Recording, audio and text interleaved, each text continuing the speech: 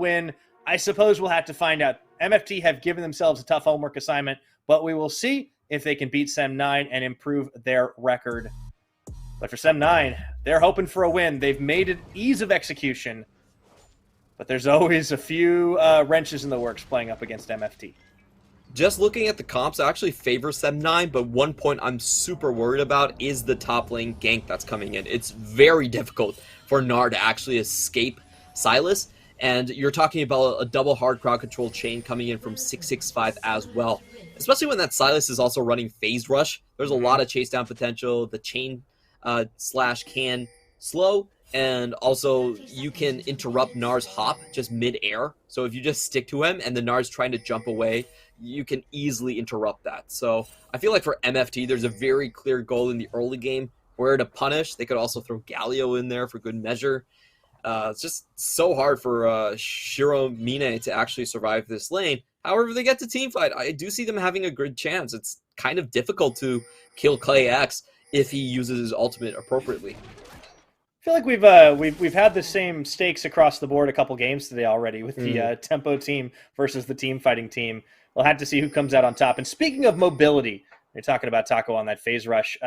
Wen is, of course, going for the Predator Galio, so we'll be seeing a speedy Gargoyle this game. Yeah, and just to point out, he's not going to go with the minion dematerializer here, so just relying on the raw push. And we have seen level 3 Galio roams be quite frequent whenever someone plays this composition.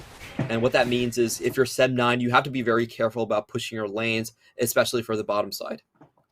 Yeah, that's going to be tough. Ooh, Taco looking to set up a level 1 bait. Oh my goodness. Nice. Pull in there to grab a little bit of extra damage. Just a little bit of fun mechanics. I do love these like oddball matchups and seeing what people can do when they have experience in them. That's really nicely done by Taco. We actually got both Petricide bursts on the first trade. However, this trade has gone significantly worse for him. Yeah, you fool me once, fool me twice. You know, Shiromine is like, all right, you've had your fun. And now I'm going to just throw boomerangs at your face all day. But Taco is not content to just sit idly by. Very aggressive, and I guess we should have known this from him. As a 665 cheers him on from downtown. Definitely one of those matchups that can turn into a lot of chain solo kills. You especially have to be careful about the level 6 versus level 5 because as a Sylas, you can steal ultimates before the opponent even hits level 6. So you could just go all in, get the dash onto them, and then Mega Gnar them into a wall. Definitely something we could look for. 665 coming in. Oh, Lazar forced to flash away. Nice setup there from 665 and Wen as the mid-jungle duo do combo up. And you can bet your bottom dollar there's going to be a repeat gank in the mid lane soon enough. A really smart play coming in from them. Knows that Lazar has a lot of interest in shoving Wen in. So it just catches him off guard right there. A little bit unfortunate since they did have vision of the bottom side. So Lazar should have been able to play a little bit safer in that lane and not swing towards the top side. Instead, try to stay on the bottom side. But, of course, he's still got his Flashbone right there. Arashi, though, will get a bit of a level lead. Might be looking for some scuttle pressure. Might just be able to do it. Gets that smite down and does beat 665. Sees him on the retreat. That early? These are two teams that definitely aren't afraid to throw out the troll emotes every once in a while. And I do respect it. Ever since that was something that became possible in professional level games, it just adds a little bit of personality, you know? Yeah, it gives them so much more character. You can really tell what the player mentality is. There are those players that are almost too nice, and they're actually just acting in a sarcastic fashion. Like, we've seen LPL players when they come down, it's like, you guys are too good. Think of me when you go to MSI, and then they just slaughter you on stage. Then there's the players like Rest that always throw in the bewildered cat, the crying amumus, especially against Beyond Game. Mm-hmm. Or the more personalized ones where they'll flash some old teams just for old time's sake, and those are always fun to watch. But yeah, it does add an extra dimension to the gameplay. But back into it. We'll see 665 taking a trip up here. Yeah, that's a bit of a bait here, Shiro. You are in some trouble, my friend. Forced to flash away. Nicely done. Even in the Mega Gnar, he's able to get out of harm's way. But again, that's crucially 2 flashes burned in 2 different lanes by jungle pressure.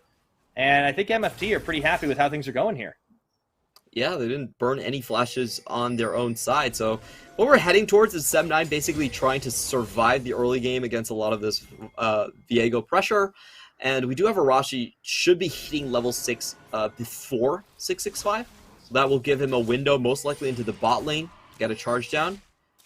We might be getting a 3-man party right here. Here we go, and it's supportal combat in the mid lane as Philia and Renau find each other, but Wen cannot get Lazar on that Predator Galio movement. And Lazar playing pretty safe here in this mid lane. Very comfortable on the Orianna, has been playing it mostly when he's been in the mid lane this split.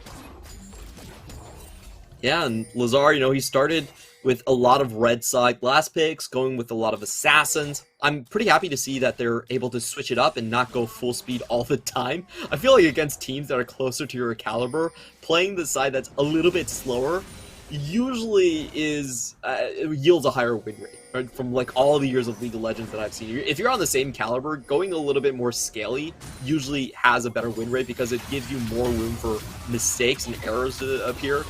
Meantime, Speaking of Taco, mistakes, level, not he's level very damage, close to level excuse me, 6. Shiro just, does get it. Oh dear, gotta run away, gotta respect. Taco, aggressive push. Building up a pretty healthy CS lead. Now 665 returns to mid lane, but Lazar already in safe positioning. So not going to be a kill just yet, not for lack of trying. This Viego would love to find those resets. That was the trade window I was talking about, level 6 versus level 5. Unfortunately, the minion didn't die, but he's going to get another chance with the help of 665 here, and there's no way. Oh, he grows the big paws. That's first blood. Taco and 665 combo up. Nicely played. That's going to be plates and all. I mean, this is a good game from 665. He's been getting everywhere he needs to. I just love the combination of Viego and Sylas against the Gnar. That's such a smart way to punish it. And it's one of those matchups that was very common in Season 8, Season 9. You just don't see it these days that much after kind of the nerfs of Sylas. Sylas is a champion that gets snowballed against super hard if you run him top lane. A lot of Sylas never grow old. Yeah, you know, the top lane is one thing, but like watching the Sylas kind of like makes me miss Jimmy in a little bit. Oh. Man, every time. I hope he's doing okay in NA. It used to be that only one region was taking our talent, and that was the LPL. And now, like, everyone is in on it. It's like never underestimate the LCS's insatiable thirst for talent. Or, apparently, Academy, turns out. True. They're even taking all of our GMs and coaches. You know, TSM's got Chowie. Yeah, I was about to say, man, Chowie's getting around these days. He's kind of doing a around-the-world tour, I think, though. Yeah, it's good on him. You know, TSM actually having a good week, showing signs of life. That is true. We're definitely rooting for them. Start.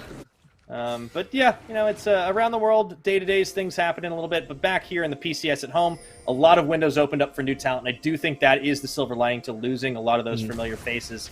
And we are seeing a number of them on stage here today. Philia into the mid lane with Arashi, Wen safely backing up. And actually, they're going to try to fight fire with fire if it comes that way. But it looks like that's not going to be the answer. About to say Scuttle. A lot bigger than a Scuttle. Rift Herald being started up here by SEM9. This is not a good start. There is no Gnar bar whatsoever, and if MFT follow, I think SEM9 have to back out. They're just going to have to give over positioning. Ooh, Onslaught of Shadow stolen. And Shelly kind of leashed over here to 665, and the rest of Meta Falcon team, it does reset, but they have a much better take, and I think SEM9 were trying to find a pick there, trying to find an answer back. It just hasn't been anything, though. Yeah, the travel path from SEM9 was a bit of a head scratcher right there. If you don't have like bot lane priority, usually you want to try and do it sneakily. This move, though, from SEM9 is a very good answer. They're more than likely to get all the gold back that they lost from, are going to lose from the Herald from the bot side. But the most important thing is Shiromine has to stay alive, but he doesn't have a flasher. He's so close to it, too. And the Gnar bar's not where it needs to be. Right now, you have to respect the fact that Taco has Onslaught. You have to know 665's going to dive you. He's done it twice already. Oh, Shiro. Flash almost up. And the game's up. Let's see if he's going to be able to save the day here. There's the Onslaught. Into the Gnar, into the wall. Actually, no! He cannot stay alive. Taco's down! Oh, just in time! He takes down Taco in the 1v1. Holy moly, that was actually a lot better than I thought. Huge.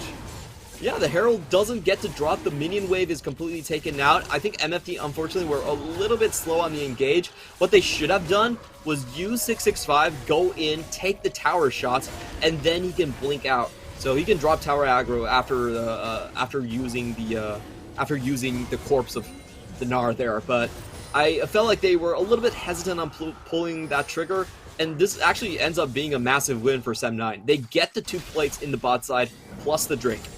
Yeah, that's massive for sure right now. Shiramine with an excellent outplay, using his Gnar to knock Taco into the wall. Didn't really give them an opportunity to juggle the aggro. Yeah, he still goes down, but yeah, no push topside means advantage SEM9 here. They're still a little bit down in the gold game, but I mean, hey, when you're a 0-12 team, you take every little edge you can get. And right now, Shiro gave them one. Yeah, that was a massive win right there. And you know, I think the problem with this game is so far we have not seen Wed ult at all. This is not what you want to see as a Predator. Yeah, that's... A Galio. That's a bit sus, isn't it? It's very sus, because it basically means that if you're at this point and you haven't used your Predator, you might as well have gone Aftershock, honestly. So, we'll see if he has used it in the mid lane. That's true, but that's it though. It was probably the most obvious Predator in the world. It's like, I'm charging up and I will walk towards you. It's, you know, it's not that effective. Yeah, Meta Falcon team definitely stalling out a little bit after trying a little bit of play. 1,000 gold advantage doesn't mean much, especially when the Dragon had gone in favor of SEM9. It's the Hextech Drake. Meanwhile, checking into the bot side, Clayx and Philly have actually built up a decent CS lead up against Whale and Renhao. I didn't expect to be seeing that. They did have some help in the 4v2 that went bot side, also 320 gold going over to Clayx. Yeah, they're trying to bait this engage up, but they might be baiting just a little bit too hard here. Yeah, as we do see the pings from MFT, they know. They know. Yep, now they know for sure. They know. Oh, the timing though! Look, they actually turn about here with 665, and Philly is going down. Clayx does get to safety, so they don't get the full 2. Shiro Meganard's here. Up to the top, going to be Meganard himself, and oh, we know he burns the flash and doesn't get to go Mega, as Taco gets some revenge. Yeah, such an easy kill right there, and 665 still going for more, but Arashi. Oh no, that's the Heartbreaker already expended, and Arashi's like, do I dare? I think he does. That's going to be the onslaught, but look at the heal already coming through. Clayx trying to find more kills on the Deadly Plumage, but doesn't get it. They don't get punished, however. That was the most half-hearted attempt. Like, I think he was just charging, kind of like to show his teammates, like, I will protect you, I will fight for you. But there's no real chance that they were going to get the kill there, and he also had to worry about the Galio. So, just kind of showing up, but not able to accomplish much, and I think that was a great... we'll look at the top lane trade first. Taco is down about a quarter of health, but it doesn't even matter in this trade. This is how one-sided the matchup can get, especially when Shiramine doesn't have an ultimate to counter himself. And if we watch the trade here, Shiramine really needed a flash towards River rather than trying to get over Taco. Like, that flash distance was just not going to work for him right there. And congratulations to Taco for taking out a very clean solo kill. Yeah, this, the more I think about it, the more the Silas pick feels really genius, right? Because if you do get the outplays, like, you can make so much use of the Gnar ultimate just against one and get the trades off. Not only that, he's been getting a lot of attention here from 665, so all combined, Shiramine is having a really rough game. And finally, the Galio ult's gonna come in the nick of time. The hero's entrance as Arashi is sent running for the hills, but taunted up by the shield of Durand. That's gonna be the shockwave from Lazar, forced to immediately flash away as Arashi tries to two-step, and he will. More like a four-step on those pony legs, but Taco's not done just yet. Finds Lazar on the second win, and Wen will even be able to pick him up after the fact as they juggle the aggro, and Shelly will even get one more charge off of this. There's no one to defend. They are just going to go straight for the inhibitor tower right here. Wow, this is absolutely massive coming in from the side of NFT. They break the game wide open, and it all just came from Taco and his ability to play that many champions right there. Against the Gnar, that's such a smart pick. It gives an outlet for 665 to actually find a winning 2v2. But in the meantime, they do have to be very careful of Clayx. Yeah, more like a winning 1v2 right here is the Featherstorm. Oh, flash, follow. They will be able to at least clean up Renhao. You would think. Oh, no, I was about to say, if he gets away, it's all for naught. But at least the Xayah claims one. Still a massive swing for MFT right now on that topside play. Really changes the maths in this game. Yeah, it just means that MFT, whoever goes up there, is going to get smashed down by Galio. That's almost a lane that they can't really farm anymore. So I do expect SEM9 to try to group up a lot more and try to play 5v5 win condition as they are. We've got a little bit of skirmishes happening as everyone gets involved in the party. The But a massive Gnar from Shiramine! Is that enough to turn the fight here as Taco has to go into stasis, has a Nautilus ult, not super useful at this stage, but he does burn the flash to get out of harm's way, and it ends up being still a 1 for none. SEM9 have to be feeling bad about how that went down, but they're going to try to take a consolation dragon. But MFT looking to turn once again. Looking for that smite. It does get taken away by Arashi, but they lose. Philia for it. 665 is looking for an opening. He's not going to find that. So 2 dragons from SEM9, but cannot find a kill. Such a feels bad for SEM9. They actually burn all 5 flashes from MFT within a span of 90 seconds, but nobody dies for it. It just feels kind of very awkward here. They should be able to defend the push somewhat. You have Lazar still here for the wave clear, so this should be fine. And they do take the Drake, so SEM9 are now the ones on the Drake stack towards Cloud Soul. However, the gold lead, I think, is a little bit out of hand at this point, and a lot of it is on the Sylas, which is probably the best snowballing champion in the game, like top 1 or top 2 for sure. So, not to mention 665's Viego. I mean, we talk about feast or famine. Well, he's definitely having a feast right now. That feels so bad, and not just because they couldn't get the kills, but because Shiro had such a beautiful Gnarl. Like, that was 3-man. It was perfect. It definitely was. It was. There were so many things that SEM9 actually did right in the last 2 minutes, but they just couldn't actually close on any of the deals. I thought Clay X with the Eclipse surprise back was so genius. You get extra movement speed from the Eclipse, so he walks into a 1v2 and burns both flashes. That was huge. He even gets a kill. And then you get the 3-man, but everyone still has their flashes because they didn't have to use it in any of the skirmishes. The skirmishes was just that one-sided in the top lane, where all of the flashes were still present. And they get to walk out of trouble completely. SEM9, though, they do have a lot of openings. All right, they're going to try to get that shutdown, and they do. It lands into Arashi's pocket. Maybe not the optimal choice, but it is a quick pick in the Rift Herald. It's absolutely massive, though, for them to take down the jungler, gives them a free Herald, and I do expect them to try to just charge it down mid lane. If you're trying to play full-on 5v5, mid is most important. MFT want to fight this. Renhao goes in. You see Whale on the Moonlight Vigil. Meanwhile, on the backside, Wen and Taco combo up to take down Arashi. I don't think SEM9 realized what they could do as Taco takes a stolen onslaught of shadows, pulled in by Philia, but I don't think they really want that one, and they're going to be able to get the double pop on the Shield of Durand as Wen again forces them back. Meta Falcon team just baiting and outsmarting. Yeah, that we're doing a pinster where they were sacrificing the support on one side while Sylas had free access on the other side, and Sylas is extremely fed at this point. Taco able to solo out. I believe it was Lazar on the other side. But watch this again, just really smart on the way they engage this one.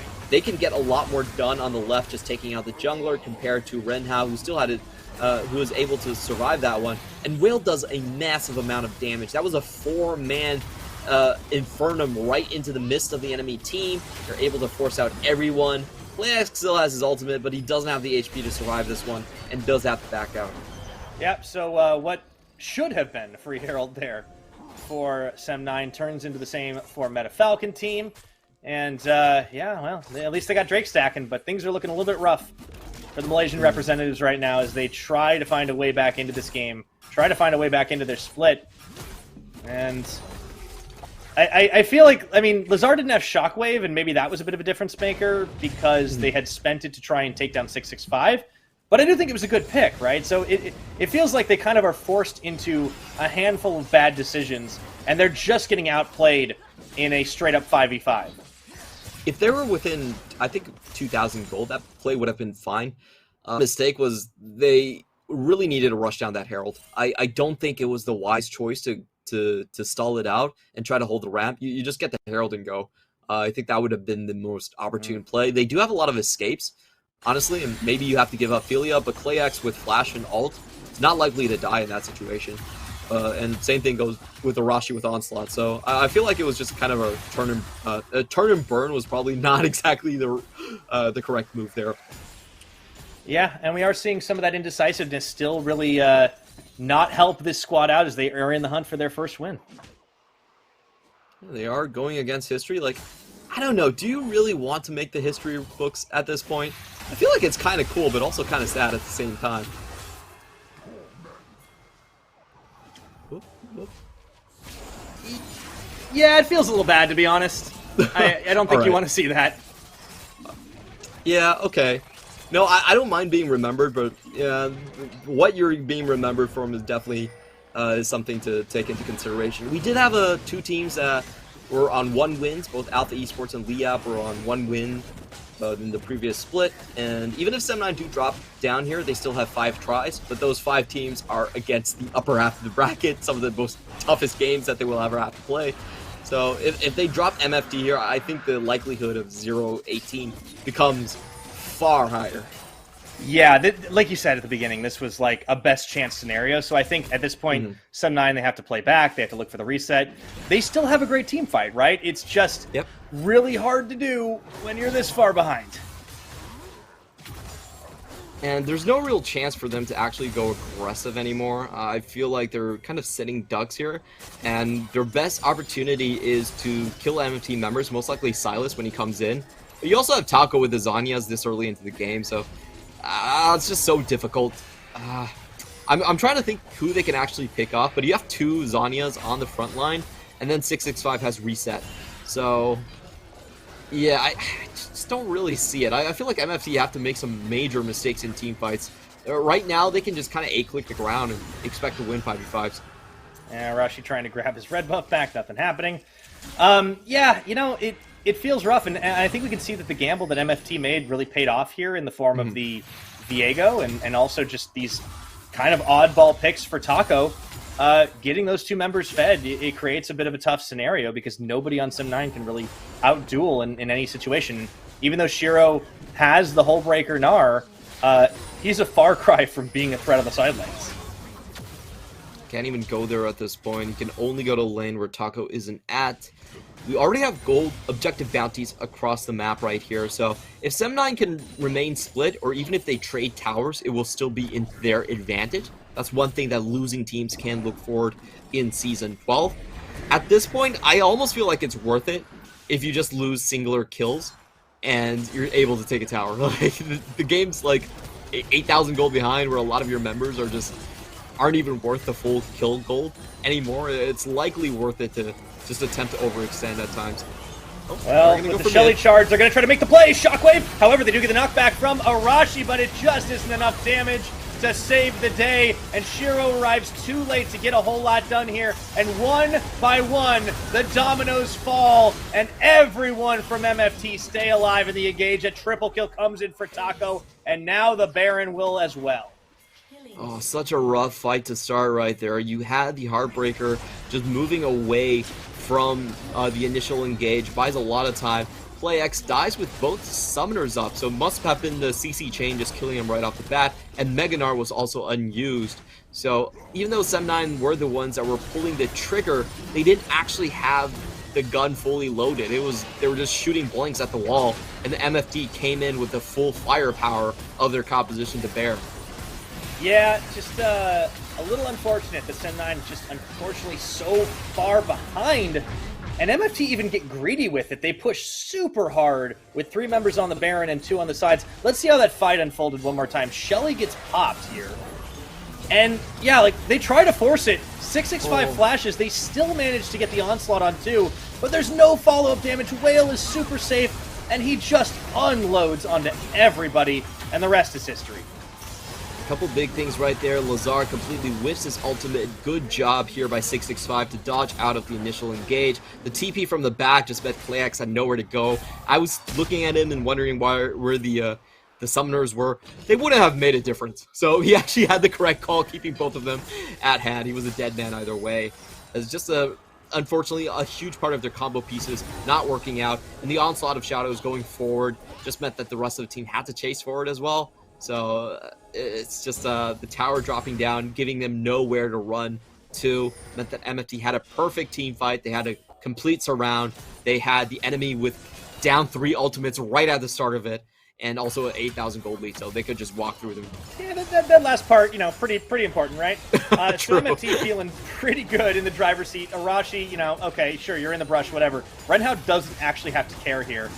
Maybe he does now that Philly has found him, but he's just able to tank it up so much. We've seen Leonis today be able to do this on repeat when we have had these one-sided games. Sure, Mine's got a fully built Narbar, but it doesn't matter here as Taco is just too much of a threat.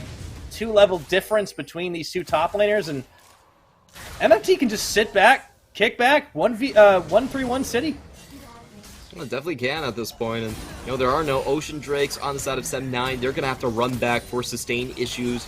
PlayX is the only one that can actually hold a wave and keep somewhat healthy. On the other side for Nard, you can't do the same. Like, Taco can chunk him down quite easily. The bot lane is completely opening up, and I feel like unfortunately SEM9 actually lost kind of their window for engages at this point. All 3 waves are charging in with the supers, and even if they engage, they are bound to lose about 2 inhibitors on the other side. They still have to look for it, though. They don't really have an option. They have to go. Hey, better to lose in a blaze of glory than to lose by just attrition. As Arashi runs in, suicide mission onto Whale, and now the turn is here as they get the stun off. PlayX is going to be delayed for just a second. He stays alive, but 665 tracks on top of him, and then the Jaws snap shut. Philia runs, but he can't escape from the rest of the team. And Taco, where the heck was he even coming from inside the base there? That is going to be it with the wipe of the team. No one from MFT goes down, and the Nexus turrets will fall. And we've got quite a dominating victory from the University squad. Bet a Falcon team take a win. 2 perfect back-to-back aces coming in from MFT.